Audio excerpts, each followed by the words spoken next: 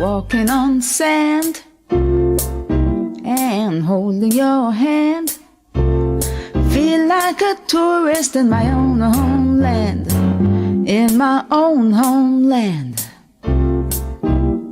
Enjoying the bright, the warm sunlight.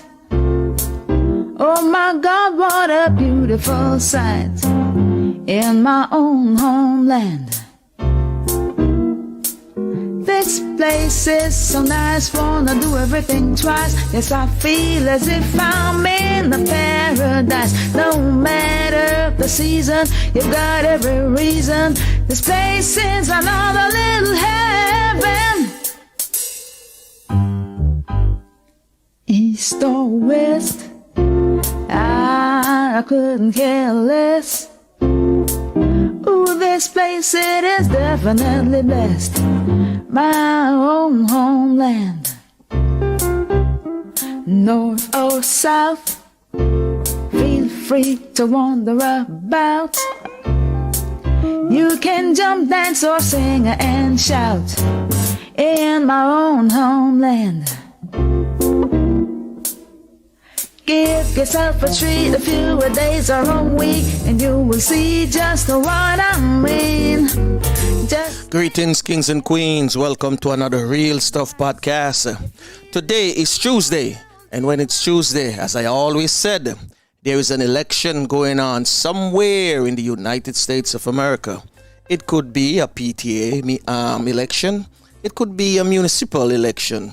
Any type of governmental election. Something is happening in the USA. But today we have Indigenous Outlook, and we will be linking up. We'll be gathering with Maroons in Dominica, because they're in Dominica at a conference, and we're going to be linking up. So we call it Maroon Gathering in Dominica 2021. I have my podcasting team. I'm going to be linking up with them in a few minutes. So I'm going to run and get my tea. So I hope you're getting your tea or your coffee, whatever beverage you have this time of the morning. And I'll be right back. And the music now, I can ever refuse it. Pulsating, vibrating, reggae, reggae, reggae. Every sky, rock, a steady mental, a quadrillion, a kumina. You can fill your belly with a coconut jelly, mango, papa, cane and guinea. There's ackee and a saltfish and a roast yam and banana. Curried goat and a managed water. The Sunday special if you like a revival. Catholic, Baptist or Pentecostal. The house of Jah is there, have no fear. Walk right ahead and get your share. I'm walking on sand. I'm holding your hand. Feel like a tourist in my own homeland. In my own homeland. Feel like a tourist in my own homeland. A homeland, my own homeland. Feel like a tourist in my own homeland. My own homeland.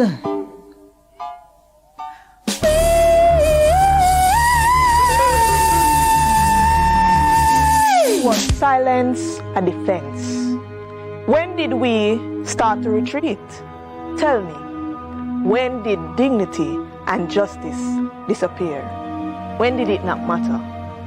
Tell me, when murder was accepted?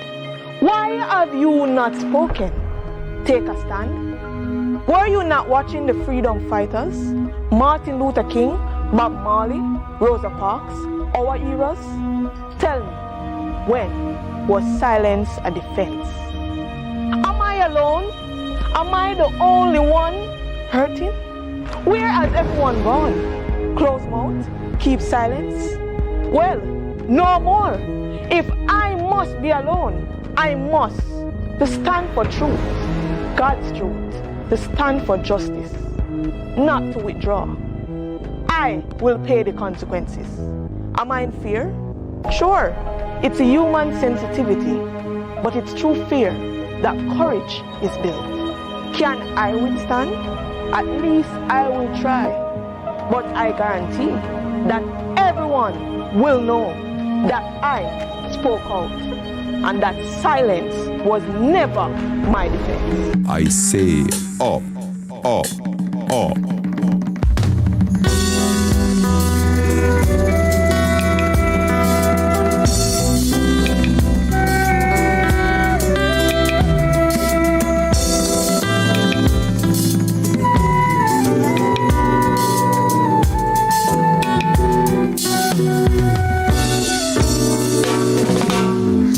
I rise up, sunrise shining, new day dawning, giving hope and inspiration.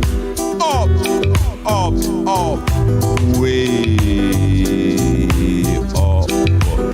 Give thanks. Yes. I'm giving thanks for all that I have this morning. So, let me bring in my podcasting team. I can see Flavius is here with me. So top of the morning, Flavius. Top of the morning. Morning, Franco. Morning. What's happening in your neck of the woods? Before I go there, I think we have a guest waiting to be let in. I see no one. I just got a text saying that she's waiting to be let in. I'm waiting. The room is open. I would just tell her. Standing straight and strong, first and foremost, I say one. One aim, one destiny, one love. Up, positively. Up, up, up, up, up, up.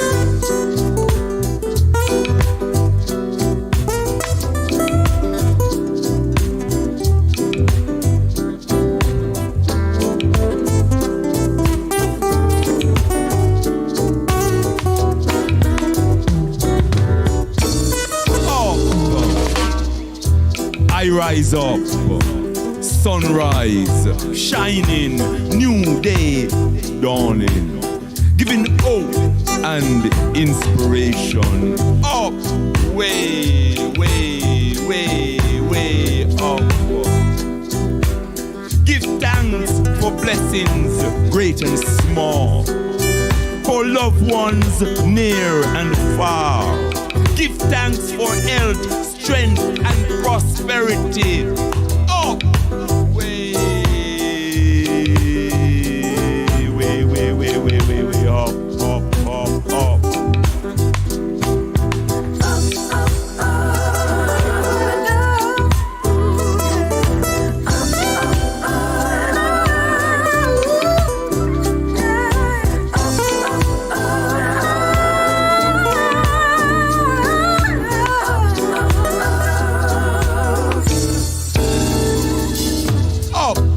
Like one, standing straight and strong, first and foremost, I say one.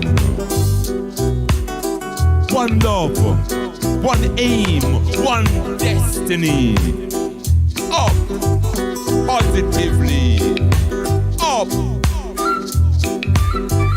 up ye mighty race. Up, up, up, way.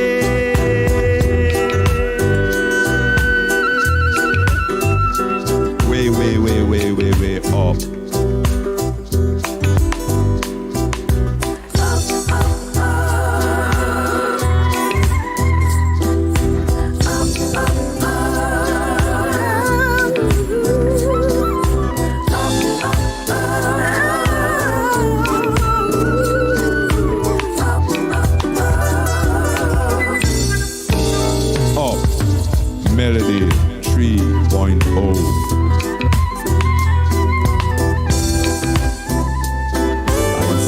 I say. Up, way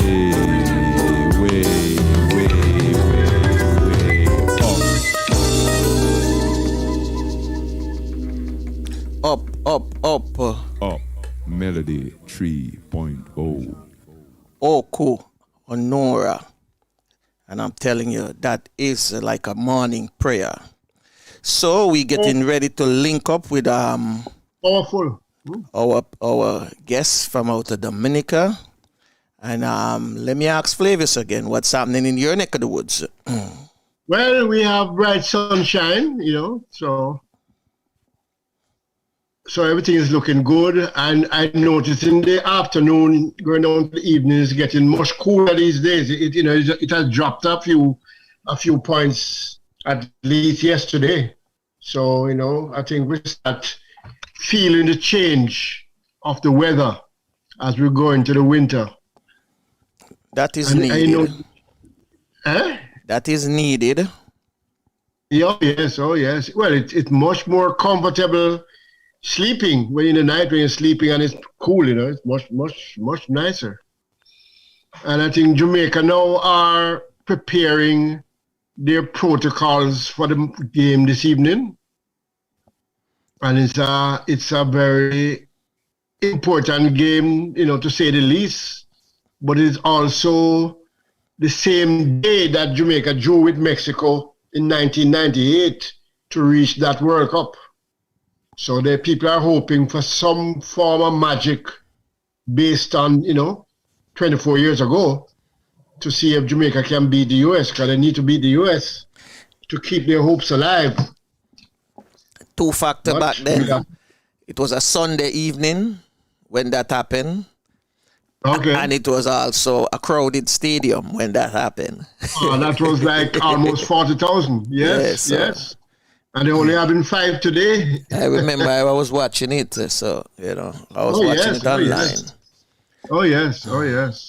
It was magnificent, man. I mean, the whole euphoria of the people, the Prime Minister after day was in the stadium, and it was a great day to know that we qualified. Everybody was in. It was in frenzy. It was just almost chaos. Yeah, but today it's a different day, which we really have to put our shoulders to the wheel and do our best. That's all we can, that's all we can hope for. You got to chant a psalm a day. Yeah. So you have to chant a psalm. All of the prayer people, them have to come pray. Oh, yes. Come out, stay in, whatever. Yeah. Pray. Yeah. It should be a day of prayer. Yeah. Very serious. Very, very serious. Because the bad part about it is that if the U.S. wins today, they have qualified. Oh, the U.S. will be qualified. Yes. Yeah. I remember they can't be passed again by 3 other teams. So they would want to finish it off today. Although you have many, many games left, but they would want to finish it off today. But we can't afford that. You mean U.S. would like to finish it off today? Yeah, they qualify today. If they beat Jamaica today, they qualify. Oh, I see. Either they don't play another game. That not go happen. That will never happen. They will never live to see that happen. That not go happen. Them not go beat Jamaica today. Yeah. I think the pride alone, Jamaica pride alone, can push them forward. Okay. Can push them forward. I see Queen Lubafu is here, so. Here, yes. Let's see if we can have her unmute her mic. Our beautiful flowers in our hair, yeah, man. And engage her into a conversation. Morning, Queen. Hey. Top of the morning. How you doing this morning? Acknowledging well, it's raining here in Dominica. Showers of blessing. Of course. Mm-hmm. Well And deserved so rain, man. Well deserved rain. So what's happening? What's happening? What's happening? Always what's going on with the conference? a lot is happening. We were getting our international lawyer on first, Andy Reid. We have a slew of attorneys supporting the movement of the Maroon and Indigenous people. And actually, it's been an awesome time here in Dominica, where we have a gathering of Indigenous people, and we've had a gathering of the Maroons virtually and face-to-face from Jamaica, from Suriname, from Trinidad, from the Garifuna Nation, and we have had the Sierra Leone representative. He would like to be on your show as soon as possible. He had to leave today. We didn't know that he was going to leave so early, or else he would have been available to share. We have our closing this afternoon of what has been an awesome life-transforming experience, where we've gone into the mountains and the valleys of Dominica. They have 365 rivers. Imagine that. And Really? to some of them. We've gone to the waterfall. No, it is very strange, because Antigua and Barbuda have 365 beaches. Isn't that amazing? We are blessed in the Caribbean too. We are really blessed. And yes. I lost my age paper. I want you all to know that I was climbing up mountains and going over rocks like I'm 16, Wonderful, wonderful. And we went to the highest peak of the mountains. And what we were doing actually was reenacting the terrain that the Maroons went through to hide away from the oppression and the assault that they experienced. So there are 14 Maroon camps here in Dominica. Assuming that you know who the Maroons are. But anyway, what we also looked at was the spirit of Maroonage, which is in all of us who were brought here from Africa. We all wanted to resist that suffering and that oppression. And in different parts of the world, we did it in different ways. So this space has been created here in this gathering of Maroons and academic, because we have been studying and learning the facts, not the fiction, the facts of what took place, and sharing that among ourselves and also among the world. Yesterday, I went to a group of us went to Jacko Trails. Jacko was one of the resistance leaders here in Dominica. And we were like reenacting the trails. We go through waterways and rocks and boulders and go up high mountains, And so that's one of the things that we did, not just stay at the resorts and talk about what was happening, but actually go to the site where Maroons were murdered, executed, and they were beheaded, and the head was put on a stake by the beach to kind of like warn those who were part of resistance that if you dared to do that, this is what would happen to you. So we went to that sacred space. We went to several sacred spaces like that, where our people had been executed, and we paid honor to the lives that had been lost. The blood that have been shed, sweat that come out. We also went to the old market where the enslaved were what should I say, auctioned off and brutalized. It was a well that we went to. It was so powerful, and everywhere we visited, it wasn't like a tourist visit. It was like a honoring and a reenactment of what our people went through. So this morning I have one of the awesome, brilliant, participants, Miss Annette, to speak about herself, and we also will have a series of participants who will give their perspective on what the experience has been like for them. So my sister is from Trinidad, and she will speak for herself. Hello. Good afternoon, where is he from? Good afternoon, Jamaica.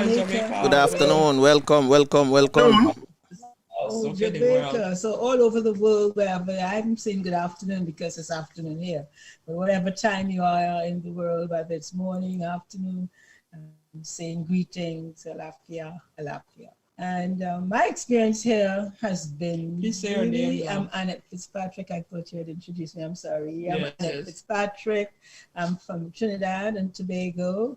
I lecture at the University of Trinidad and Tobago. And pretty much what I'm doing and experiencing here is to take back to my students. They are master's students. I teach research methods. So basically, this is like ethnographic research for me. But I await questions from you so that I can, rather than say things, I would respond to things as far as I can anyway. So what I want to say about Annette, having spent a couple of days with her, is that she has given me the wider Trinidad perspective. We have learned so much about the beauty of the Trinidad Americans. And I wanted to ask her to share with us like some of the other groups that have been resisting in Trinidad. I remember as a Garifuna being invited a couple of years ago to a gathering of indigenous people, and I was amazed to learn how much indigenous people are in Trinidad, how many African resistance has been in Trinidad. I mean, we had Eric Williams, we have all these people who come from Trinidad, Stokely Carmichael. We've had a spirit and a culture of resistance. I remember also that I was taken to this Carib reserve, Unity Place, and that is where we as Garifuna and indigenous people met. So could you share with us a little bit about the indigenous experience of Trinidad? I mean, we hear about Carnival and people think it's dance and go on bad, which it is. However, it has a lot of deep spiritual, a lot of historical symbolism. Please share that with us. In my little time that I'm allotted, and I'm sure I can send you all information, but as I did say that I lecture at the University of Trinidad and Tobago, but our department handles the arts, Academy of Arts, Culture, and Public Affairs. We run a program. It's the only program in the world actually on a Master of Arts in Carnival Studies. And then everybody wants to know, well, why Carnival Studies? Because people think of Carnival as the jump up and play mass and enjoy yourself. But we teach the academic side of the Carnival. The academic side, it's pretty much like when the people in the United States wanted to introduce Black Studies. And they say, well, why? What is Black Studies about? And it was told that Black Studies is the academic side of the revolution on the ground, what Martin Luther King fought for. And Stokely Carmichael would have been Kwame Ture, the Trinidadian, but Malcolm X and these people. So the universities wanted now to look inward at this, the Black studies, the African American and African studies. Well, Carnival, I can say, our Carnival Studies department pretty much does that kind of narrative, where we've traced the Carnival as coming from Africa, from Kemet, Egypt, and crossed the River Nile, and went, after coming down, went over to Europe, started off in Greece as a they have been joined by somebody. Yes, it's okay. I'm just saying why I'm a little, yes, fine, pretty good. Yes, why it is it was first a celebration of a feast to the gods, Thanksgiving, harvest time. But by the time it got into Rome and then it became Bacchanalia, feasting, carnival on the streets.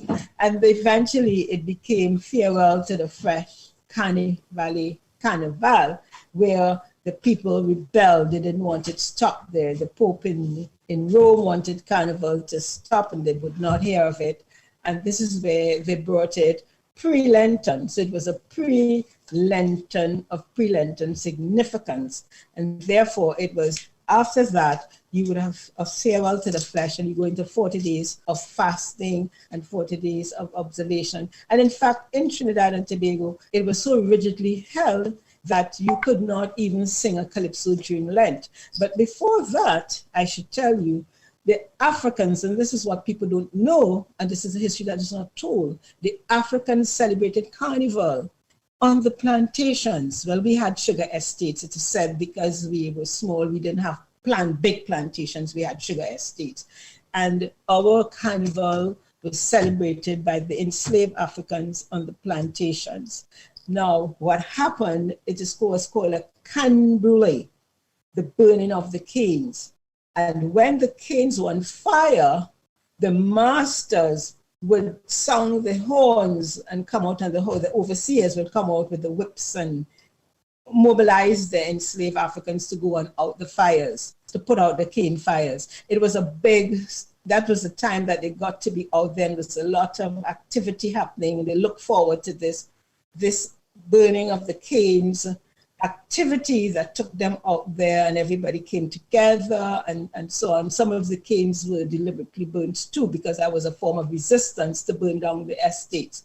Now, when there was emancipation on the 1st of August, after we got the emancipation on August, English, by the way, the English freedom took place August 1st, 1834, and then we had to do an apprenticeship, they were saying, for 6 years. And the Africans say, "Ni pas 6 ans, ni pas 6 ans," because that was a French influence, not another 6 years. And that emancipation was reduced to 4 years. And eventually the enslaved Africans got their freedom in 1838. So that is the observation. Now, the significance, and this is where I'm bringing in this whole aspect of the carnival and the African, and people think that the French brought the carnival to the territory, because everywhere the French settled had a carnival, and it coincided with that same pre-Lenten festival.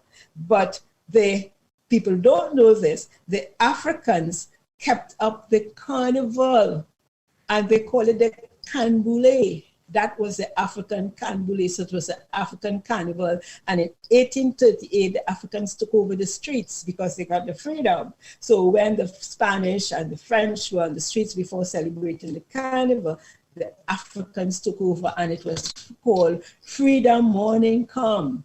Freedom Morning Come. Wow. And that was the start of the carnival with the Africans, and they had the masking, they had the rituals of carnival. And well, it's so much to talk about. It's very rich. And eventually, they just said it maybe took about 9 years, and the African carnival eventually, which is a canbrule, eventually merged with the French carnival, because the French carnival was more or less on lorries, where they paraded in the street and lorries, decorated lorries, and they had their French balls and so on. The African had the masking. And what has happened, the Africans retained that opening of the morning, that juve, and it's a spiritual opening of the carnival, and it's tied back with their freedom. And they reenact that whole enslavement. So they actually mimic the planters. So they would have characters like the Dame Lorraine. Now I would tell you why we would have had the French influence. When the Spanish came and they met the indigenous people and they took over, this is the Spaniards on the Cristobal Colon. Incidentally, he was from Genoa, and people say he's Spanish, but he was not. He was Italian, but he acted on behalf of the Queen. But that's another whole other story. When Columbus came and he saw the 3 peaks in Trinidad, he called it La Trinity, because he saw those 3 peaks that of course that is the Catholic influence. But what they were looking for was El Dorado. They were looking for gold. And the king wanted to have nothing to do with Trinidad, because Trinidad had no gold. It meant nothing. It was not like Venezuela. It was not like Mexico, Peru, Chile, and so on. In fact, at one stage, Venezuela governor was in charge of Trinidad, because they just fell under that whole crown. In 1777, though, there was a Rumsan. He came from Grenada in 1777. Grenada is about 20 minutes by air to Tobago, and then, of course, Tobago, Trinidad, another 20 minutes. So he came to Trinidad from Grenada, because Grenada was colonized by the French. And when he saw the state of the island, he said, well, he spoke to the Spanish people and he said, well, we can do something about this island. And they said, well, no problem. Go ahead, do your thing. If you want to improve the economy of this island first, fine. But as far as we see, there's nothing here. The king didn't want it.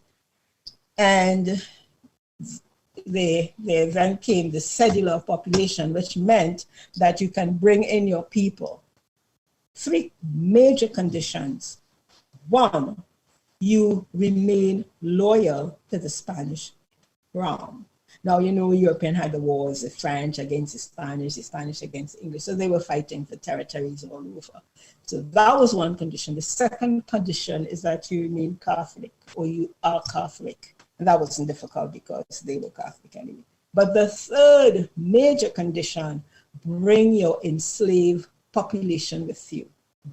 And that is how enslaved, and I notice I say enslaved because we didn't come as slaves. Not many came as slaves. Some came because the Africans were also enslaving them, but that's another story. So they brought the enslaved labor with them.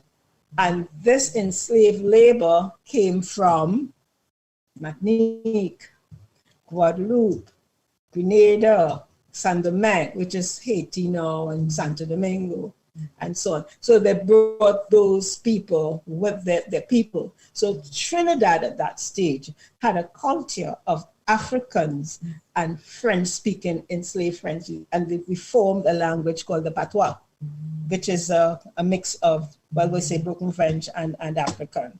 So that was a language at the time on the island, and this went on. Well, 1783 was the cedular population. But guess what happened? After that, around 1797, 1787, Britain was having wars with Spain. And they decided that they're going to capture Trinidad from them, wrest Trinidad from them. And they're knowing that this was not an island with gold and all that sort of thing. So go ahead, they didn't even put up a fight. You take it and go about your business. So they were just offloading. You take it, go about your business. Not a fight over how could you take our spoils. And so at this point, I just wanted to observe how much, you know, we could just have a whole history lesson in this program, right? So I wanted to a sister come closer. This is more conversational and sharing. Well, it's a young person, so don't go anywhere on it. And I would like her to introduce herself. Can you see? Yes, I'm seeing. Top of the morning, top of the afternoon. Good morning. My name is Johann Misikama. I am from Suriname. I work at the government, at the Ministry of Transportation, Tourism and Communication. So in that order, I just joined the gathering, the Maroon gathering, but I'm also a Maroon. So I felt obliged to be here. Beautiful. So could you say a little bit, all we're talking about right now is about the background of the countries, what are some of the experiences, what it means to be a Maroon, how did that come about in your country? Sister Annette just spoke about Trinidad, and we are in this together. Yes. So please share with us a little bit. It's a conversation about Suriname, and we'll keep going on about Trinidad, because we're all one, you know? Yes. Yeah. Okay, in Suriname, we have a multi-ethnic community. We have Japanese, Chinese people, we have Maroons, we have Creoles, we have Indians. So we have different kind of ethnic groups. The Maroons are the second largest group in Suriname, the largest ethnic group in Suriname. The first ethnic group are the Indians. But we have a kind of issue when it comes to the Maroons because a lot of the Maroons live in the interior. So during the census, some of them were not counted into the population. So some people are not satisfied with the result because they think or they feel that the Maroons is the largest group in Suriname. The difficulties are not, I won't say difficulties, the challenges we have as Maroons is education. Although we see a rise up of youngsters who visit the university are taking school very serious, we do have a problem in the interior, that the level or the quality of the education is not the same. And that reflects a certain point in their behavior. They couldn't cope with the changes which are developing in the community. Some leave the village, come back to come to the city for education. But most of the time they have nobody to stay with. So they stay in a facility, but I could imagine how heavy it could be to be alone, no family around you, or no good support system. We also have a problem with health. In the interior, we have health issues, maternal health issues, but also mining of gold, where people use genocide, yes, which is the water is polluted. So we have health issues also, and all those health issues contribute also to the health of young people. They cannot use the fish, the water, it's all polluted. But now we have seen there is light. We see there's light in the tunnel when we talk about the rising of the Maroons, or how they would climb up to the social ladder. We now have a vice president who himself is a Maroon. Thanks to him, we could participate in this gathering. And he fights for the unity of the Maroons. Not only the Maroons, but also the other African descents who live in Suriname. Only then we could, fight for the things we have right on. Yes, other than that, he is the leader at the Maroons, and he said something which really touched me. He said he's a vice president, but he is sharing the title, he's sharing the role with us. So he asked us to take this, how would I say this, to represent this role in everything we do. So you are the vice president? No, I'm not. Yes, I'm the vice president. If he asked you to represent, to represent the function, because it's the first time in history a Maroon is a vice president. And it means a lot. We never thought we were working towards it. But it was like a surprise. We know it could come, but that it would be that easy, or that we would have seen it happen. I was just 30 years old. You've heard a lot. My father is a Maroon, for example. He lived in the village. My grandmother didn't even speak Dutch. She only spoke the Maroon language. I am not very, I can't speak all the Maroon languages because my father didn't teach us the language because he had difficulties in school. It was very, very difficult for him, but he made something out of his life. My father works also for the government, for the Ministry of Finance. So that also pushes us, so we can see a rising of young women in the university who study law. I am a sociologist myself, but we see the rising of the Maroons. Beautiful. So both of you have been at this gathering, and there's a lot we don't know. We'll have to have a series of conversations. So this is just an appetizer. Sister Annette, you are part of the planning and everything. And we don't know much about Trinidad. You're making it richer. Yes, this is why, at this point of departure, it was so good of you to even mention the carnival, because that was our way of resistance. That was a Maroonage, because you have the distinction between a Maroon and Maroonage. And the reason why I started from the historical perspective is because we were not considered a slave society. We were late in the thing. So, but we did have resistance. We had in the region the highest percentage of poisoning the planters. So that's how we resisted. We poisoned them, we even poisoned our own people, because we just wanted to get rid of this whole thing of enslavement. So we were like second generation enslaved people. But whoever, because when the British took over, that was another bit of trauma because we had the French culture, acculturation, and we had the Spanish laws, and then we were taken over by the British. How confused can an African population be? Because you're responding to Spanish, French too, and then the British. And the British denied us of we were only united with Tobago in 1899 when the British came, and the British, because Tobago has a other kind of history with people just fighting over them. I think they changed hands 33 times.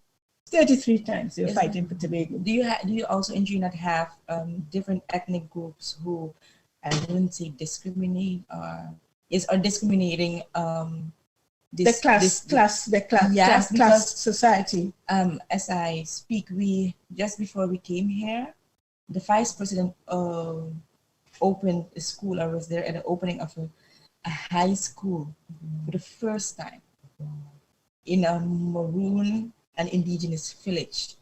The first time, those youngsters have to travel like 3 hours to the city just for education. And there were people had such steps to start a school there, but due to political reasons, you had a majority of certain ethnic group who didn't cope with the idea that those people also needed that level of education. So you only had a primary school, secondary school. You didn't get higher.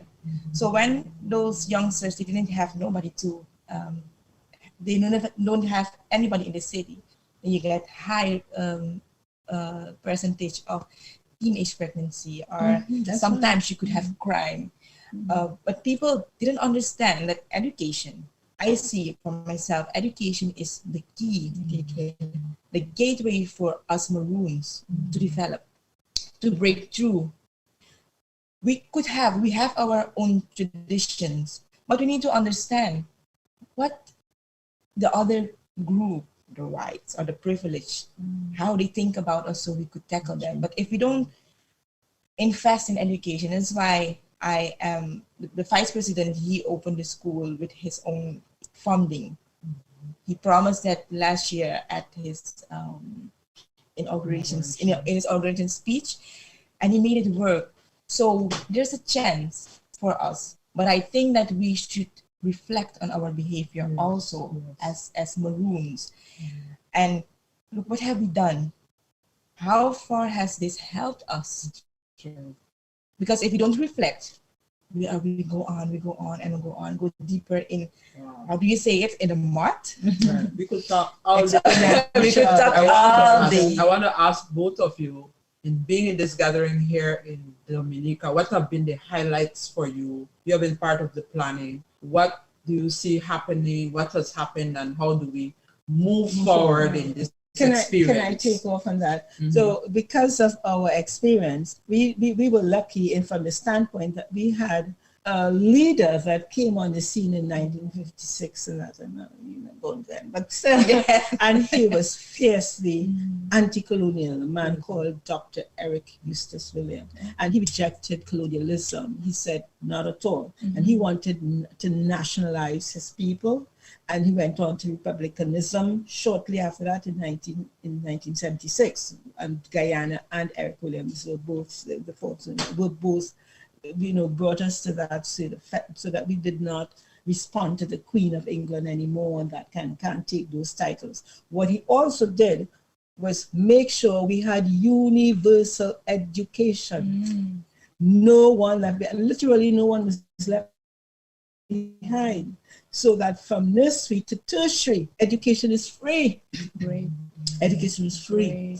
So people who didn't have access, as you said, education, people who didn't have access to that higher level of education, he thought that so this experience, as you saying, what it has told me against my background is that I now have to look and see if within this my research project, excuse me, what we can truly say would have been Maroons would have been imported from the other island territories that came, because I can tell you that I have Vincentian roots, I have Barbadian roots, and when you trace that, you can trace that question of Oh, I'm sorry. I'm sorry.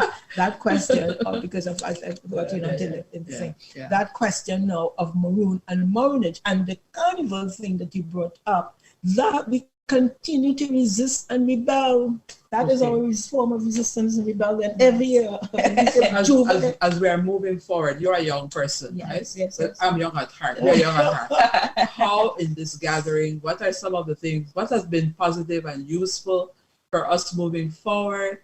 Who are some of the other people here? And this is just an opportunity to share. I'm going to see if I get Andy while you wrap up on that. Okay, I would say that the nice part of this gathering is that we realize that we have a mission and that we have to do it together. But what also got me is that although we're in Suriname, we have difficulties, we have issues, we have challenges.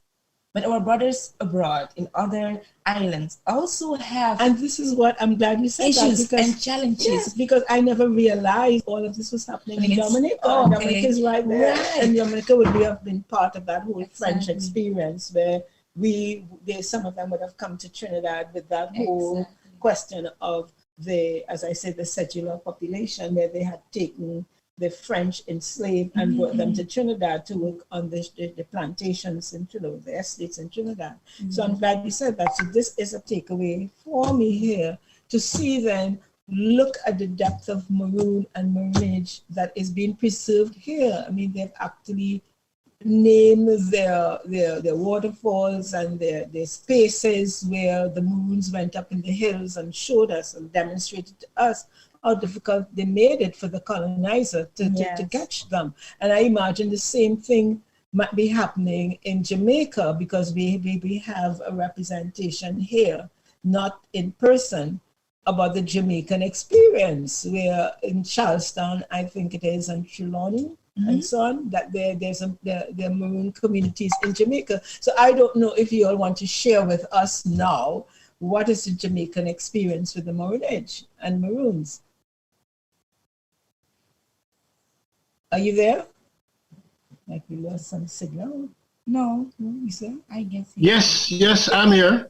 Yeah, so could you then share with us so that we would have the conversation going both ways, to tell us a little bit about the maroon experience in Jamaica and see how we can cross-fertilize? Well, in Jamaica, they have 5 different maroon communities. A compound and Trelawney town in the, I would say, west. And in the east, you have Scottsall, Charlestown, and Moortown. Those are closer together. And it has been like that for a very long time, the different communities. But they all work together. They have festivals every year, and everybody comes and all of that. I don't. If you ask me some questions, I would try and answer them. Okay, so what this mission is and why we gathered here is to see how we can identify all the different maroon communities throughout the diaspora.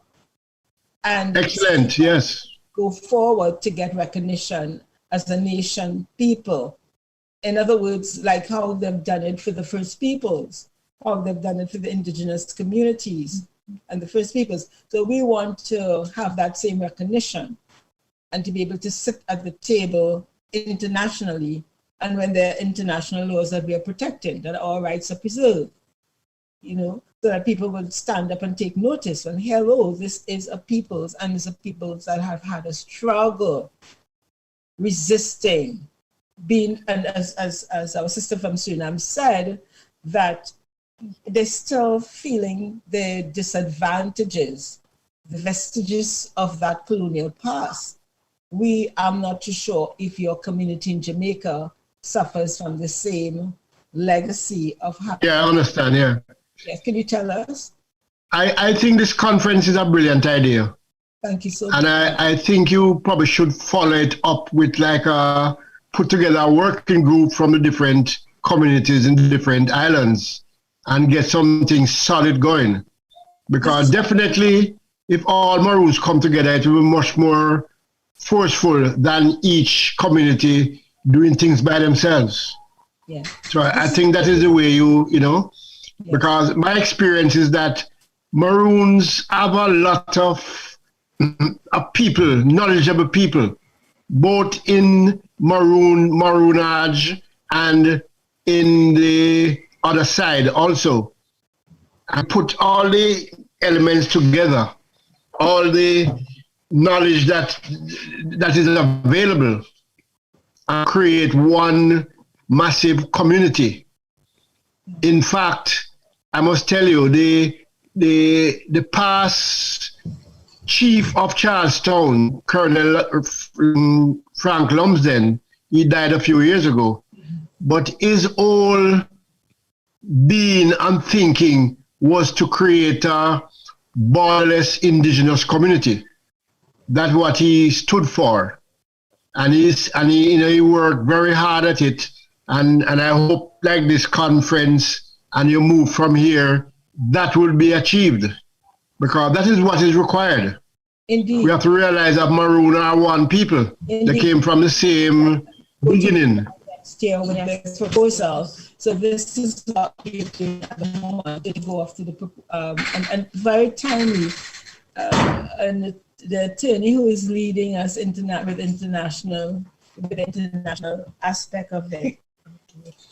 He's just entered the room, and I think you would be answered, the right questions that you're talking about. Because, like I said, that the Trinidad experience is one where we now have to link up with the Maroons. Right now we have what is called Americans, which again, because we are an immigrant society. That's what we are. Trinidad is an immigrant society. Yes. You don't have to go on to find out who within the context would satisfy Maroon and who would satisfy Maroonage. And I did tell you, which continues to be Maroonage, because we resist to do it. Every year, annually, on the 1st of August, we celebrate Emancipation Day. That is a huge form of resistance. Yes. We had we're the first country to have made and declared the 1st of August a public holiday, Emancipation Day. So I would take my leave now and hand you back over to Mr. Cynthia Ellis. Yes. Okay, Thank so you it's very been wonderful. The pleasure of inviting Andy Reid, who is our international human rights attorney supporting the Garifuna Nation. Andy, we've been talking about the gathering and the opportunity to strengthen and encourage Maroon people here. And we'd just like to give you a chance to share your part in supporting us in this journey and what our intention is moving forward as Maroon and Indigenous people here in the Caribbean and in the world.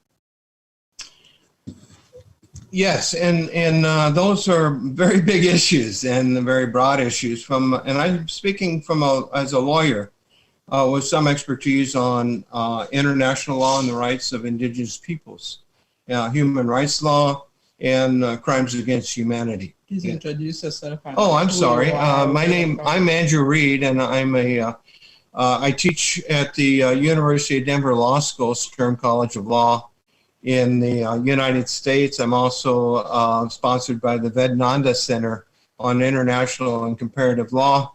And I'm a practicing attorney, been some 40 years, 4 decades of experience working with Native peoples, mostly in the United States, but within the last 20 years, expanding that out, where I'm no longer doing what we call federal Indian law, which I call federal colonial Indian law, into the international arena, the human rights arena, where I'm able to help Native nations and Native peoples to assert their human rights, including the right to sovereignty, the right to land, the right to their natural resources, control them, the right to what we call free, prior, and informed consent, which means that the dominant government or dominant powers cannot take their lands or their natural resources, including their water and oil and so forth, without their consent, which is a big issue, as we all know, particularly in Central America, as well as in South America. And those are my areas. And over the last few years, I've been approached by both, first the Maroons, who are interested in trying to establish their indigeneity. That's a difficult word for me, even though I practice in that. And they want to establish that they're indigenous peoples, right? And I prefer the word native, that they're First Nations, First Peoples, and their indigeneity comes actually from Africa. It does not come from, for the Maroons, they were claiming their Africanness. And so in order to do that, to be an indigenous African, then you go back to the kingdoms and the original nations of Africa before the invasion from the north by the white nations of Europe, which started in around 1451 with the Papal Bull, which is a law from the Pope that authorized the invasion of Africa by the nations of Europe. And so we go all the way back there and to establish that. And the Americas are somewhat farther ahead than Africa right now on the indigenous nations asserting their rights and them being recognized. But there's a separate body of law, human rights law, as well as domestic law developing within Africa as a whole, and then within each nation in Africa, which I call successor colonial nations in Africa, regarding the treatment of the First Peoples and the First Nations that are there. Now, in order to have rights under international law, you don't have to have been a First Nation, or even a nation. Now, you have to have been a peoples with the S. You have to existed as a group, and once you are existed as an identifiable group of indigenous peoples, you have rights. And one of those rights is the right of sovereignty and self-determination, which gives you the right to form a nation. So, for example, you have the African nation where Barack Obama's father came from, the Luau Nation, I believe in Kenya.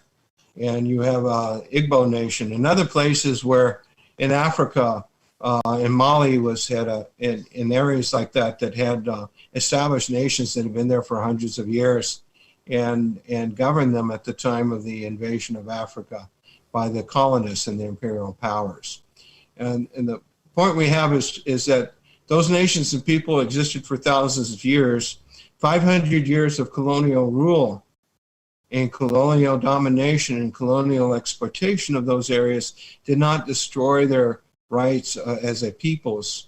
And as long as they continue to exist, as long as they've survived, they have rights that exist under international law.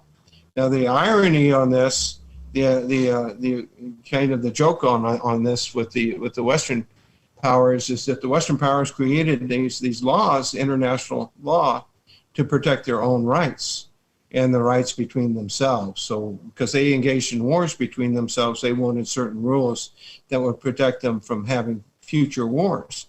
Well, those wars created concepts such as territorial integrity, concepts such as sovereignty, which didn't really exist prior to that, and other concepts such as culture, protection of culture and language and religion, spirituality.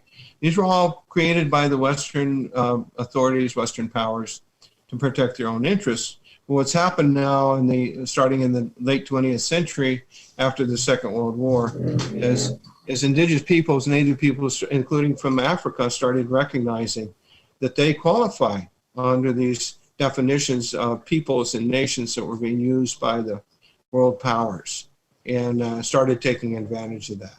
And so certainly since the early 1970s, when the International Indian Treaty Council and others of the indigenous peoples from North America and South America started approaching the UN saying that these are our rights too, they started getting in here. And it took them 20, 30 years before in 2007, they were able to get the UN General Assembly, which is the Congress of the world, to adopt by large majority vote. There are a few dissenters. There were four dissenters. But anyway, they were able to adopt the UN Declaration of the Rights of Indigenous Peoples. Of course, the dissenters were the United States, Australia, New Zealand, and Canada, which all had large indigenous populations that they didn't want to have rights. The advantage that we have under international law, human rights law, is that they're all based on the UN Charter. The UN Charter is essentially the world constitution, also created by non-native people, by non-indigenous people. But it's still put into the Constitution certain principles to protect the rights of each nation and peoples. One of those is that all nations and peoples of the world are equal. Think about that. All nations and peoples of the world are equal, large and small. Large and small. And they put that in there so that Germany would not have more rights than the Netherlands, which is a small country, or Luxembourg, the small countries, Andorra, Monaco, the Vatican, all tiny countries. But what happened in doing that is they created a principle. They couldn't exclude anyone without appearing to be blatantly racist or elitist, and so they didn't exclude anybody. So now those principles are available to Native people as well. Native people from Africa, Native people from the Americas, and from Oceania. And they've been going in, and that's after 30 or 40 years now, they created what's called the Permanent Forum on Indigenous Issues, which we took a Maroon delegation to in 2019 and started to make the argument that the Maroons are indigenous people because they've retained their indigeneity survives from Africa. They brought it from home. One of the beautiful things that's happening here is that we are bringing together academic, professional, scholarly people to listen to the voices and the cries of the indigenous Maroon people, and not limiting it to being put in a box, but really see how we can flow in connection with each other. So that's the triumph of being here in Dominica. And as we've gone on the field trips, laboring through the mountains, the boulders, the pebbles, the streams, the waterfalls, it has been like a reenactment of the journey that our people must have gone through. I mean, in the case of the Garifuna, in a few days, the 19th of November is the celebration of Garifuna people in Belize. And we have different dates for different countries for the Garifuna Nation.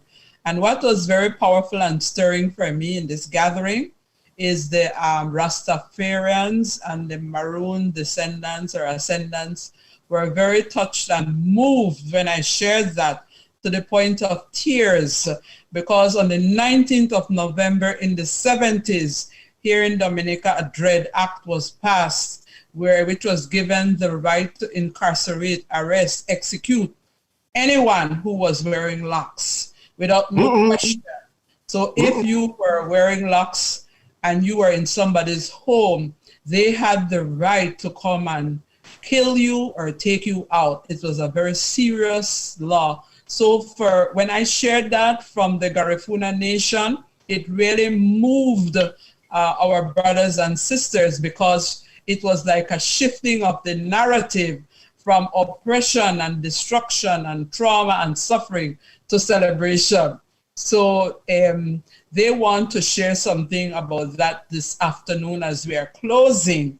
And that's why attorneys like Andy Reid are so important to us.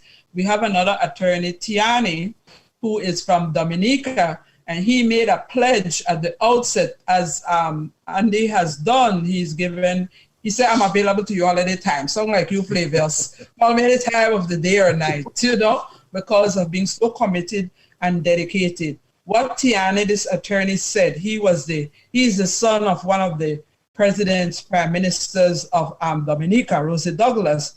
He said, I make the pledge to the Garifuna people. He said, I was so enraged when I heard about the building of a gas station in St. Bite next to Garifuna Sacred Temple.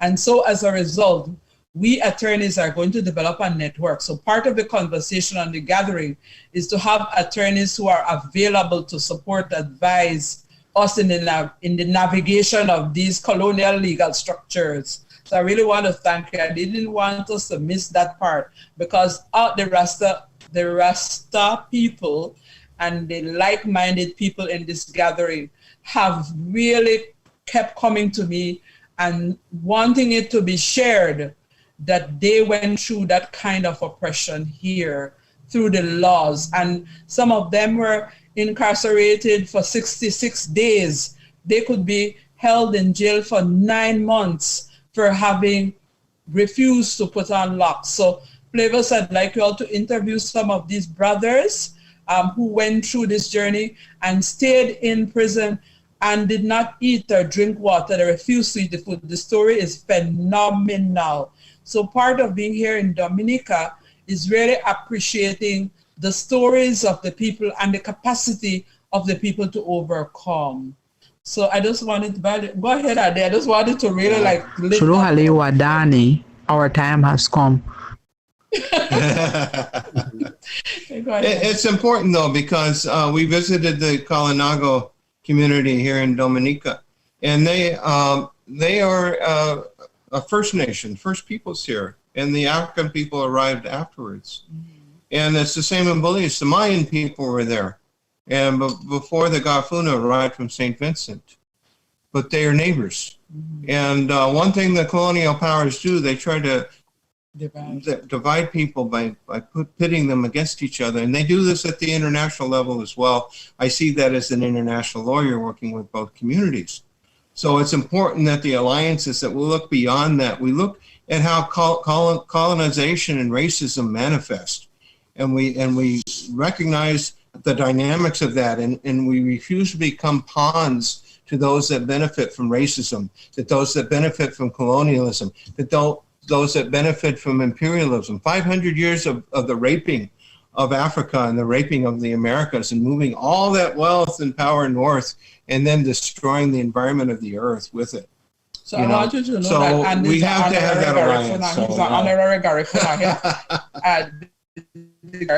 And the Surinamis, the Maroons have given us, we wear this family. I'm very honored that way. But I'll be quiet at this point, but I just want to let you know that we are at an exciting time. It's a time of change, and it's a time of opportunity. It's a time of hope. And you don't have to be a peoples in order to exercise these rights. There's a human right to culture. There's a human right to religion. There's a human right to food, which means your food, not the food of the colonizer. And there's all these human rights that are available to people, and now it's just a matter of knowing how to take hold of them and use them to protect yourselves. Shuruhali Wadani, our time has come. Shuruhali Wadani, our time has come. Shuruhali Wadani, our time has come. You need to go back into the gathering. Thank you very much, Cynthia. Okay. Thank you very much. Thank you very much. I want to hear more about that dreadlock. I want to know if it have been reversed, and I want to really meet those Rastafarians as well. Yes, definitely. If I could get maybe tomorrow. Tomorrow, yes. If I can get them tomorrow, or any time after. Yes, I would love to, to talk with them. It was a very deep experience. People literally came and cut off the locks. People ran into mountains, so it was like a reenactment of a Maroon way of life again. You know, and they share it with a lot of passion. And the people here from Dominica say they're so thankful that we are here to give that value, that recognition, and that love for their overcoming. And the law was reversed. You need to hear the story of how that became set back. But we have the attorneys who are very dedicated and committed to supporting our people on the journey. All right, I'm on a Let's panel. do that tomorrow. Let's do that tomorrow. Yes, that would be great. All right, have a joyful day. Yes, so Queen Lubafo and Andy. Yes, you're welcome. We're always at your service to share the story of our people who are resisting. Okay? And we are here for you as well. This is your network. Thank you. That's Outlook. All right. Yes. Okay, thank you. All right. Thank you very much, Queen Lubafo. And so, Flavius, with that, we come to the end of another Real Stuff podcast. And today we had delegates from the Maroon gatherings in Dominica 2021. And we just talked to Andy, one of the attorneys representing the Maroons and Indigenous people. And also my queen, Queen Lobafo Iseni, who is there as well. You know, Flavius, Queen Lobafo act as our correspondent on the ground this morning, so we have to give her a big yes, oh yes, we have to definitely. give her big ups for that this morning. So for those of you inside the chat room this morning who are watching, I hope you enjoy all that you have seen this morning, and I want you to come back tomorrow because we're going to have another segment of this tomorrow, you know, for we call it our another presentation. So it's a continuation of Indigenous Outlook. So please remember to subscribe, like, and share the video. And the object of this channel is to educate you and entertain you. And remember that the Real Stuff Podcast is your Caribbean podcast. So live and love every moment of your life and be grateful for each new day. Cherish your family and friends and bless others and keep the faith. And never lose hope. And remember, prayer changes things. Regardless of what religion you belong to, you must pray and continue to pray. So on behalf of my podcasting team this morning, I want to thank Flavius for being here with me this morning. And I want to thank all those who didn't make it, but you know, their spirit was here with us, Francine, Max Juanette, and Courtney, along with myself. So have a joyful morning, a joyful afternoon, a joyful evening, depending on your time zone that you're in. And just, you know, make sure that whatever you're doing, do it safely.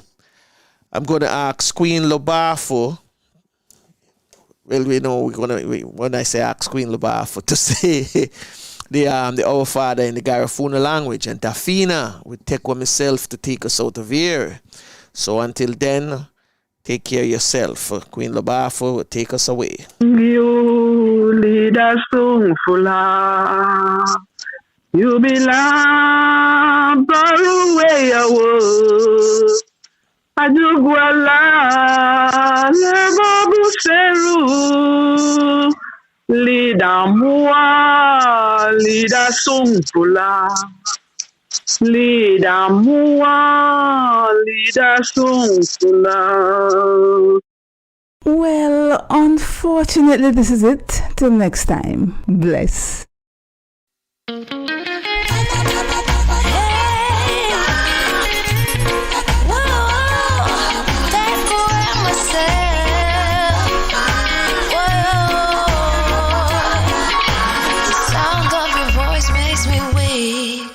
All you gotta do is just speak. One word is enough, and I'm no longer sorrow. I forget what I was trying to say. I no longer do what I was gonna do, but you're no good for me. That's why me know what set me if it could flee. Me I feel take away me say. Well, unfortunately, this is it. Till next time. Bless. Me I feel like a thief in the night. Me I forget all the signs.